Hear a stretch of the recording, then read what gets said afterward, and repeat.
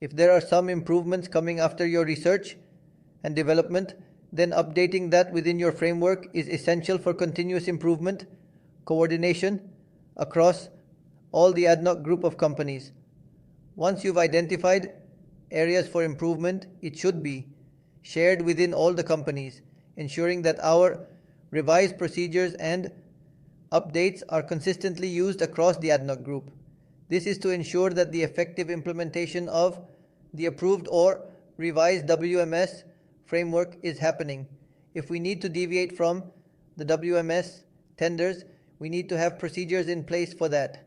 So first of all, we see that maybe warrant. In special circumstances, stars, if we have some such circumstances, then you will be given working in that. But the safety of the personnel, who are your people, and after that, the protection of the environment, which is your environment, and assets must also note the geo price, which means the safety of your environment and your people will never be ignored. So if you encounter a condition where you cannot operate under the WMS framework, or if the conditions are not clear within the WMS framework, then in such cases, you need to perform a dedicated risk assessment. You should conduct a dynamic risk assessment or to evaluate the risks involved in that work, identify the control measures, and determine what control measures you can implement. To reduce that risk, we need to determine how much we should lower it, which we refer to as allowable risk. S low, S reasonable, practicable. So what it means is that if we have to do any work which is not clear in the WMS framework, then for that we will have to summarize the dynamic.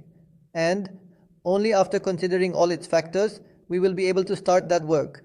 That if we have to make any deviation from the WMH framework, then how will we manage that? So the first point is that the asset owner will request a deviation from the WMS standard. Along with the risk assessment, which you will have supported with a dynamic risk assessment, the asset owner will submit this request to the group company's corporate HS vice president along with the return risk assessment. The first step for the group company corporate HS vice president will be this. What will happen next is the group company corporate HS vice president share it with the ADNOC group HS. If we have some areas for improvement in the review, then we should get that thing implemented also. Some external or additional controls may also be added.